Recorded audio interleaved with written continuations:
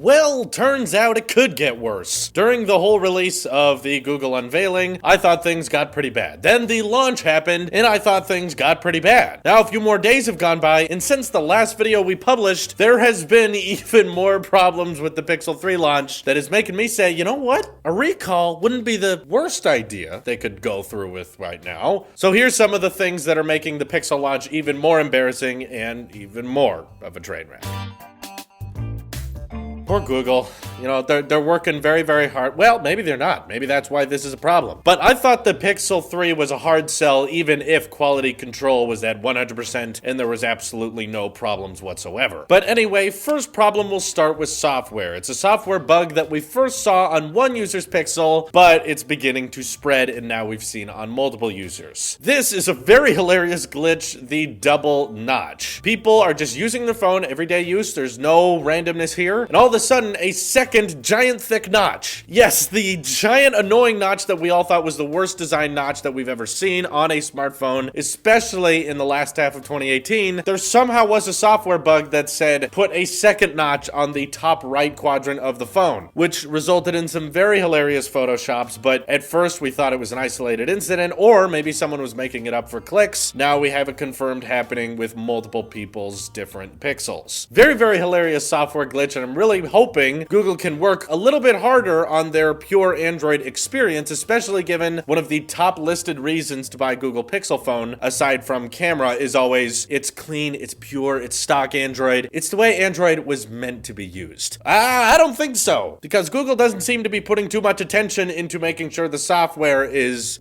that clean, and the only reason I think it's humorous and hilarious is we've never really seen a glitch like that in the past. You know, a lot of people don't like the notch on the iPhone 10. We've had the small bugs like ChargeGate, but we've never quite had a bug where the iPhone suddenly started spawning multiple notches, and we haven't even seen that on the Essential phone, on the OnePlus 6, on any number of phones with notches. I've never seen a glitch that far gone wrong in the wrong direction. I have no idea how that even happens. Is there part of the Pixel software that says don't project data right here? I thought the software was supposed to just kind of act like the notch wasn't there. That's why when you take screenshots and stuff, the notch doesn't appear on your iPhone 10, and you were just supposed to kind of design the code around it. I have no idea how they got to a point where the software literally thought it needed to add a second notch to the side of the phone. Apparently, this is somewhat fixable if you go into developer settings, but yeah, another just a hilarious glitch. Another more serious issue, though, a big software problem that is actually affecting every person who likes using the Google News app, that could include the Pixel. Apparently, while the app was in the background, and sometimes even when the user didn't want the app in the background to be using cellular data, Google News was using monstrous amounts of cell data on certain people's phones, causing them overage fees that they had to pay in the hundreds of dollars. Some people reported that in the background overnight, the Google News app used 7 gigs. Others were saying 19 gigs that ended up costing them $100 to $200 in overdraft fees. So, why do I bring this up in today's video? It's to keep you in mind that Google does not really have that much attention to detail when it comes to their software and their hardware. This is a big problem affecting anyone who uses the Google News app, and this should tell you a lot about their software and hardware design team not really thinking about how things may affect other people. I personally think Google should reimburse these users for their overdraft fees as it was their fault, but as far as I've seen, Google's yet to respond to them. Next bit of news goes back to our friend John Prosser, who I mentioned in my last Google Pixel launch problem video. It's sad that there's several of these. Every time he tried to open the settings app, the phone crashed. A lot of people thought maybe he was making this up for views. Now we have confirmed no, this is actually a running problem between multiple users who are trying to open the settings app on their Pixel 3, and also in side bits of isolated incidents, which shockingly is always happening to the biggest YouTubers. I don't know why it's happening to them specifically. I feel like they would try to hide this kind of stuff. But MQBHD had a giant dead strip of pixels on his Pixel 3, making the phone useless. To be fair, this kind of thing does happen to lots of Samsung displays in the past, but you'll notice that while it may have been an issue with the iPhone 10 release last year, Apple's done a pretty good job of preventing that from happening with the launch of the iPhone XS and XS Max this year. So perhaps Apple put Samsung in a bit deeper water and said,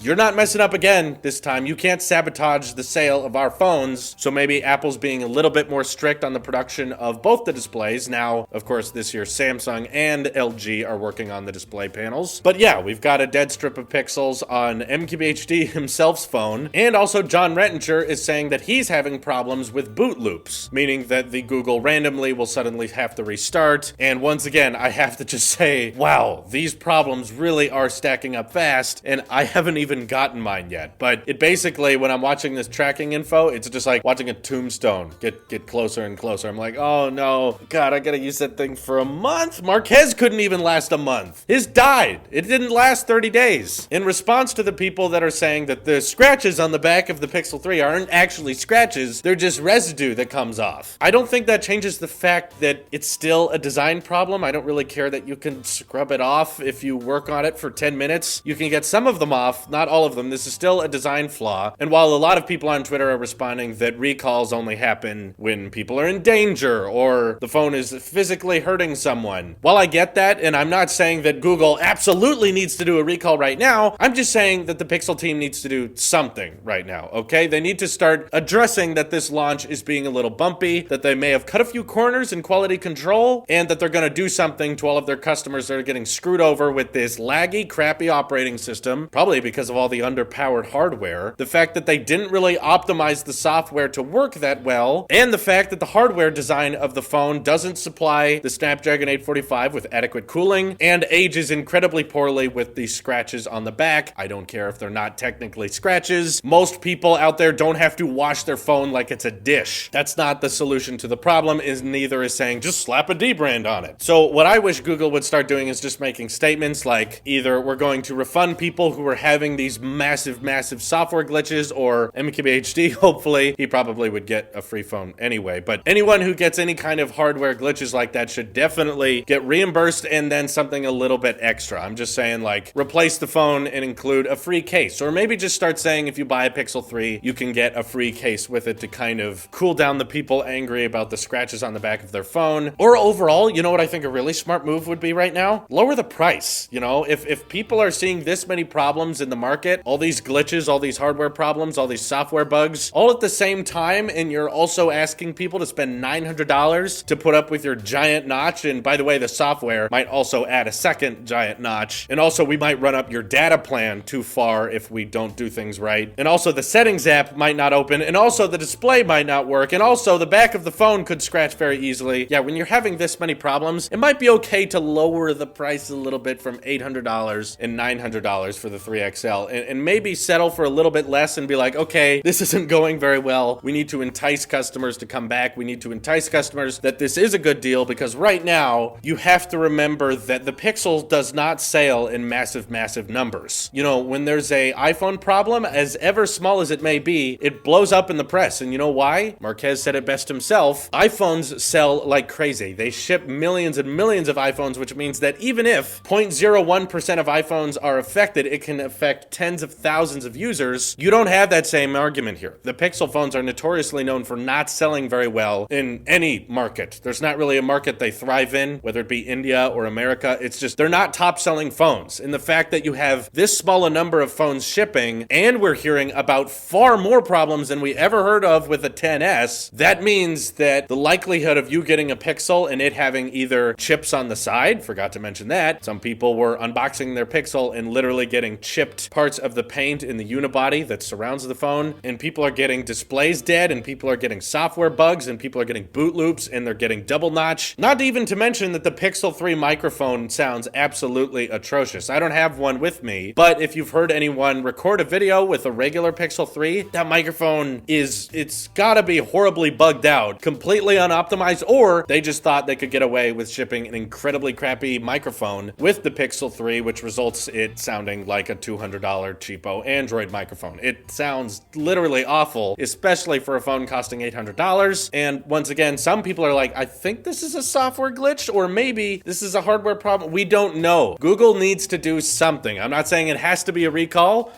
While I don't think that would be the worst idea, it would definitely kill the brand, absolutely, but Google's doing that themselves pretty fine so far. What brand, what reputation do you have to uphold at this point? Start giving away free stuff to apologize to the people who paid for premium experiences and are getting literal trash. Lower the price or stop selling the phone. I don't know. Just pick something, make statements, just apologize, because this is not going very well, and for them to sit back and act like, yeah, everything's fine, I'm just gonna keep sending pixels to YouTube YouTubers, and then they'll tell me it's great, while all the YouTubers get crappy phones. It's getting very, very hard to find any YouTuber who's received a Pixel that's not having that many problems with it now. And if you haven't yet, just wait. Give it a week. You'll probably start having bugs or software glitches anytime, any day. So that's what's going on with the Pixel 3. Definitely not looking forward to this phone. But yeah, just Google, do something about this, please. Anything. Let me know what you guys think of the Pixel 3 launch this far down in the comments below. This is your Apple Sheep here, and I'll see you in the next one.